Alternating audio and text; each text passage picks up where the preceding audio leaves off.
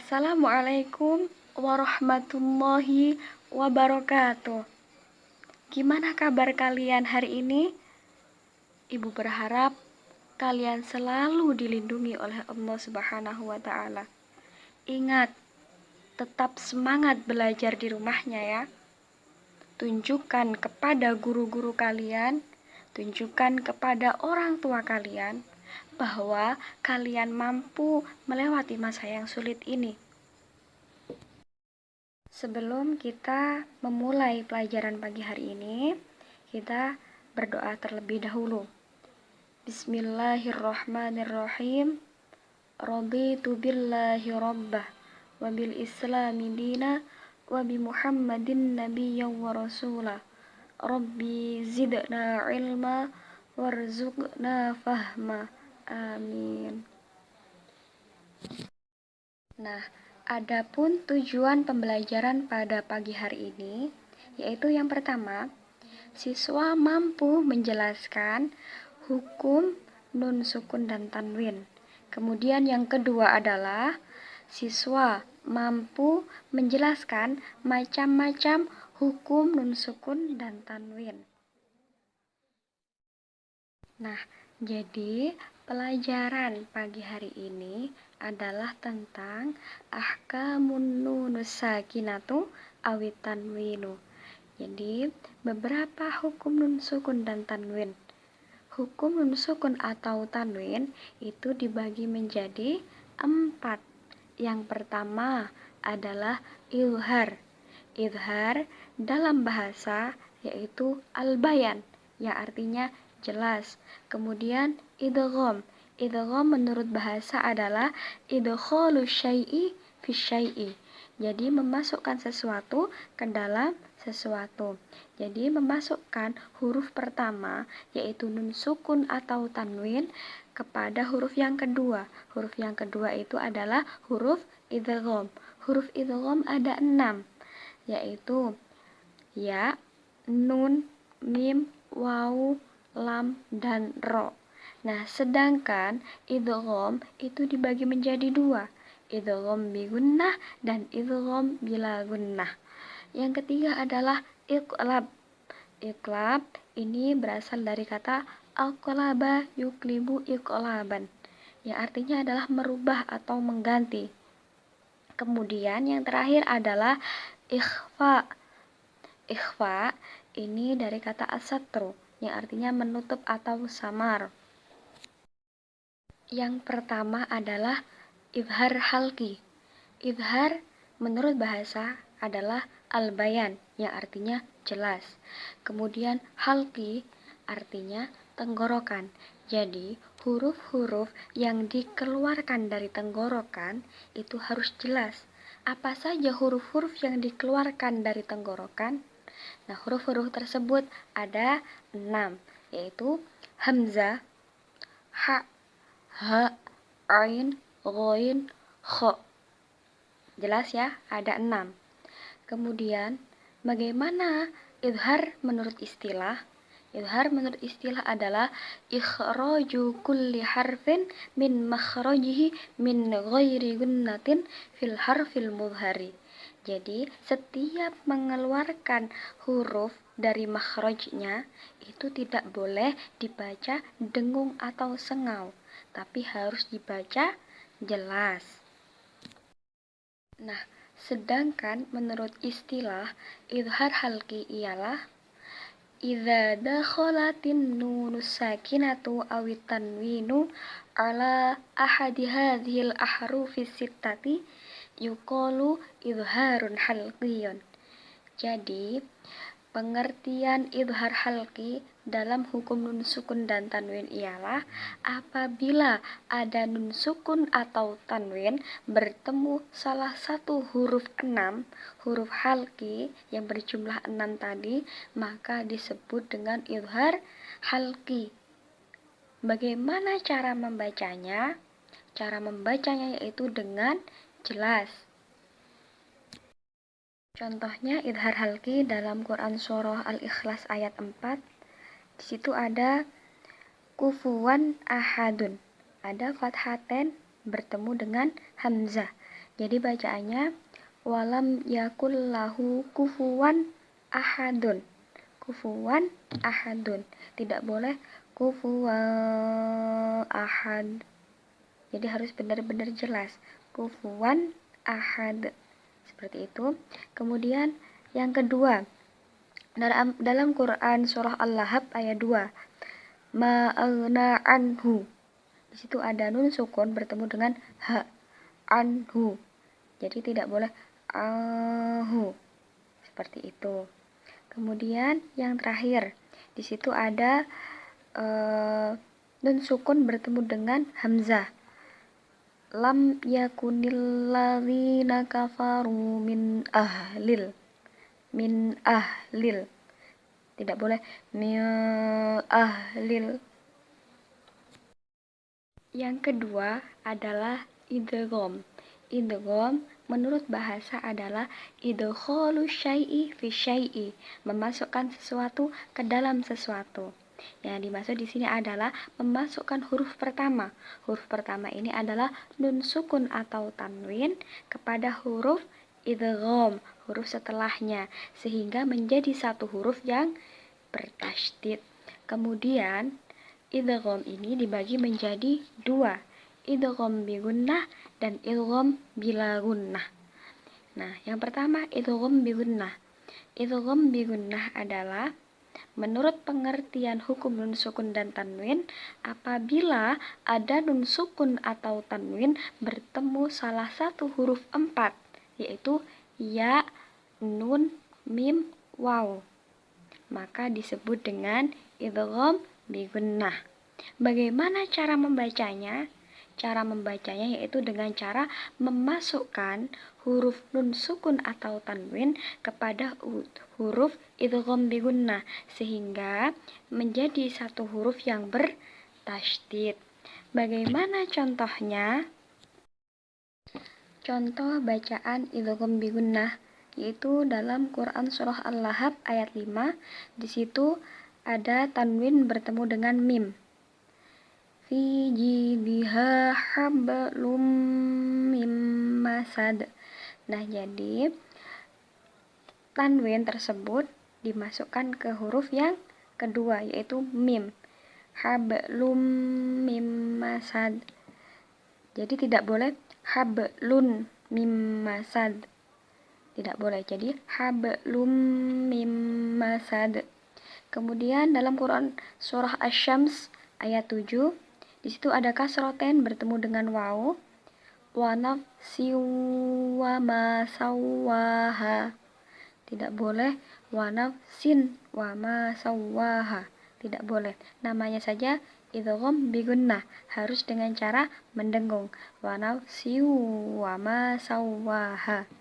Kemudian yang terakhir dalam Quran surah Al-Balad ayat 5, di situ ada nun sukun bertemu dengan ya.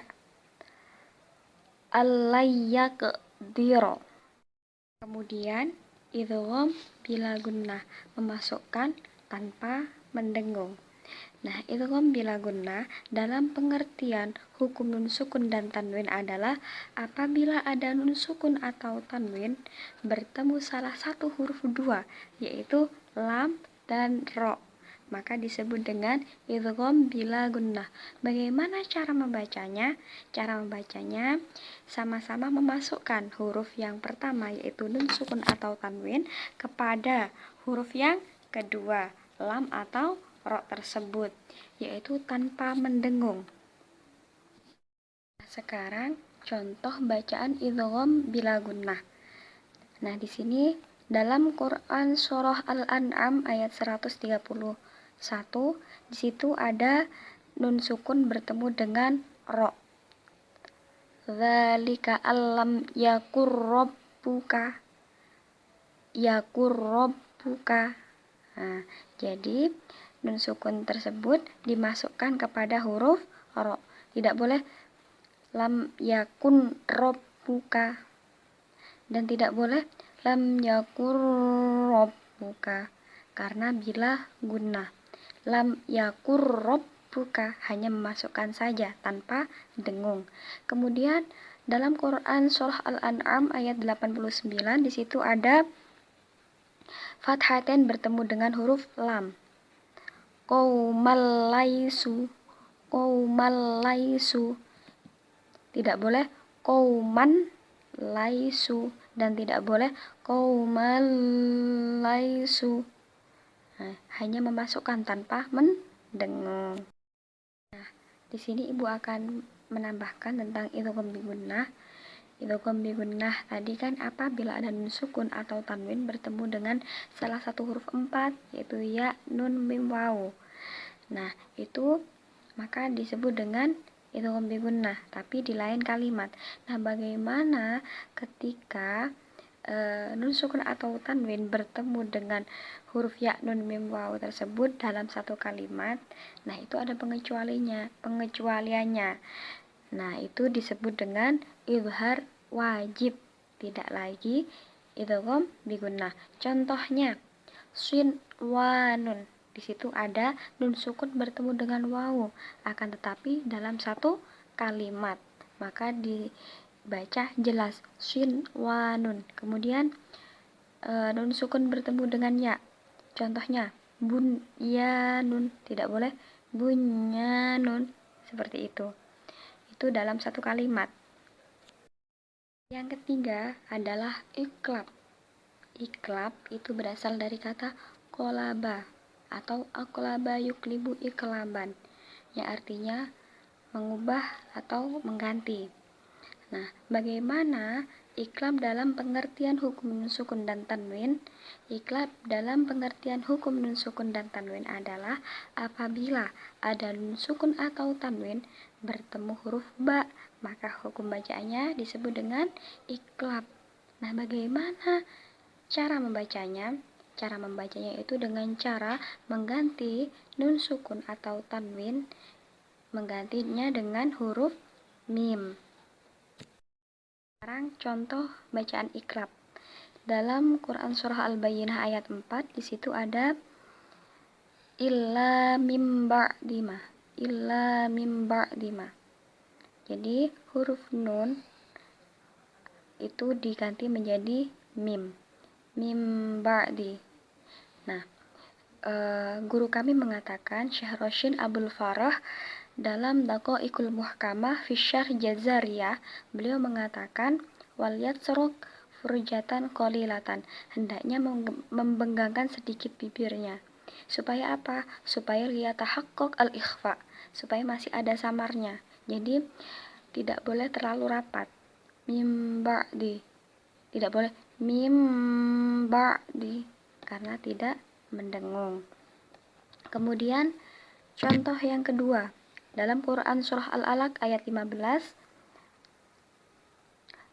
la nasfa'am bin nasiyah. Sudah jelas ya? Di situ ada fathatain bertemu dengan huruf ba. Terakhir atau yang keempat adalah ifa. Ifa menurut bahasa adalah asatru, yang artinya tertutup atau samar. Dan bagaimana ifa dalam pengertian hukum nun sukun dan tanwin? Ifa dalam pengertian hukum nun sukun dan tanwin adalah apabila ada nun sukun atau tanwin bertemu salah satu huruf 15 yang terkumpul menjadi syair syifdathana kamya da syakhsun qad sama dum thayyiban zid fi tuqondo zolima. Shift kita ambil dari awalnya saja, shift, shot, dasana, dal, dan sebagainya. Bagaimana cara membacanya? Cara membacanya yaitu dengan samar. Sekarang contoh bacaan ikhfa. Nah, di sini dalam Quran surah An-Nas ayat 4, yaitu di situ ada nun sukun bertemu dengan shin. Dibaca min syarri. Tidak boleh min syarri, tidak boleh. Bukan dengung tapi samar. Tidak boleh juga min syarri, tidak boleh karena bukan izhar. Kemudian yang kedua adalah dalam Quran surah Al-Lahab ayat 3, di situ ada tanwin bertemu dengan huruf zal. Naroza, naroza, Yang terakhir adalah dalam Quran surah Asy-Syams ayat 9. Di situ ada nun sukun bertemu dengan huruf zim. Mazakkaha, seperti itu. Di dalam hukum ikhfa itu dibagi menjadi 3, akrob, ausat, dan ab'ad. Nah, yang akrob ini ada huruf 3, yaitu ta, dal, dan to. Kemudian yang ab'ad ini ada kof dan kaf. Dan selain itu, huruf ikhfa tadi kan ada 15. Nah, selain kof dan kaf dan dal, ta, to itu miliknya yang akrob. Kemudian bagaimana contohnya yang akrob? Yang akrob contohnya milunillah. Jadi ketika melafadzkan nun sukun atau tanwin itu sudah ancang-ancang melafadzkan huruf dal, to ataupun ta. Kemudian yang ab'ad.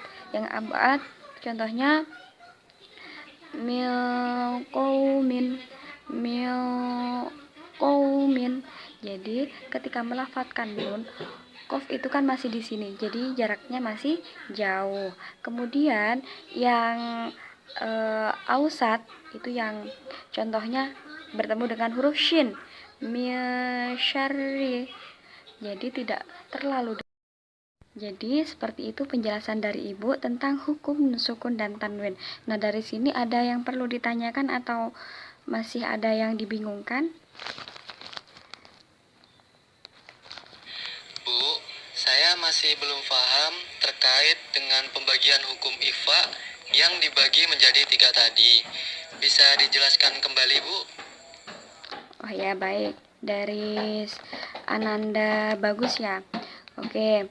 Nah, jadi pembagian hukum ikhfa tadi kan ada 3, yaitu akrob, ausad, dan ab'ad. Nah, akrob itu hurufnya ada 3, ta, to, dan dal. Nah, yang ab'ad itu ada 2, kof dan kaf. Kemudian yang ketiga yaitu yang ausat itu selain huruf yang ab'ad dan akrob tersebut. Nah, kenapa kok dibagi tersebut? Nah, jadi antara nun sukun dengan huruf setelahnya itu beda-beda pelafalannya. Ada yang terlalu dekat, ada yang terlalu jauh, juga ada yang sedang-sedang saja, tidak terlalu. Nah, dari sini sudah paham semua ya. Kalau sudah paham semua, sekarang ganti Ibu yang nanya kalian. Ayo, hukum ikhfa hakiki itu terjadi ketika apa? Ayo, saudari Ninda. Baik, Bu. Hukum bacaan ikhfa hakiki terjadi apabila dalam Al-Quran terdapat huruf non sukun atau tanwin bertemu ta, to, dal, fa, kof, kaf, sod, do, zal, ta, jim, shin, sin, za, dan dal. Ya, baik, betul. Jadi, huruf ikhfa itu ada 15. Nah, kapan terjadinya? Ketika ada nun sukun atau tanwin bertemu salah satu huruf 15 tersebut. Nah, sekarang coba Mas Abil menyimpulkan dari materi-materi yang Ibu jelaskan tadi, yuk. Baik, Bu. Jadi hukum nun sukun atau tanwin itu dibagi menjadi 4. Yang pertama idhar, yang kedua idgham. Idgham itu dibagi menjadi 2. Yang pertama idgham bigunnah, yang kedua idgham bila gunnah, yang ketiga iqlab, yang keempat ikhfa. Ya, baik. Jadi ahkamun nunus sakinatu awi tanwinu itu dibagi menjadi 4. Idhar, idgham dibagi menjadi 2, idgham bi gunnah dan idgham bila gunnah. Kemudian yang ketiga iqlab, yang terakhir adalah ikhfa. Ikhfa juga dibagi menjadi 3, yaitu akrob, ausad, dan ab'ad.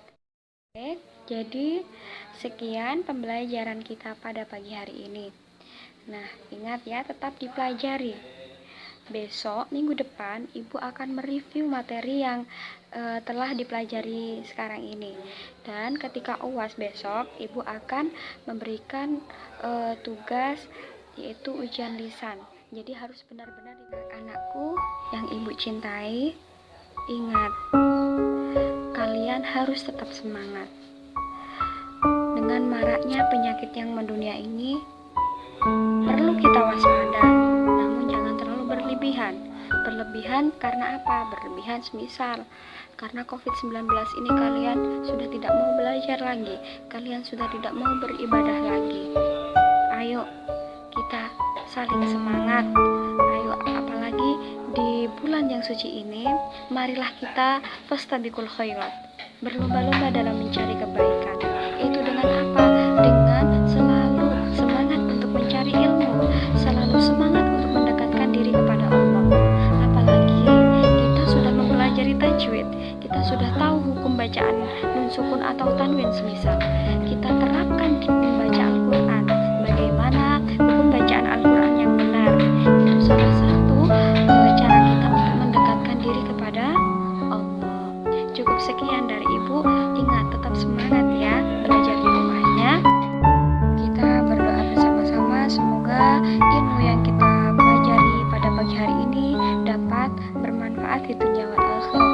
Bismillahirrahmanirrahim. Subhanakallahumma bihamdika asyhadu an la ilaha illa anta astaghfiruka wa atubu ilaik. Walhamdulillahirabbil alamin.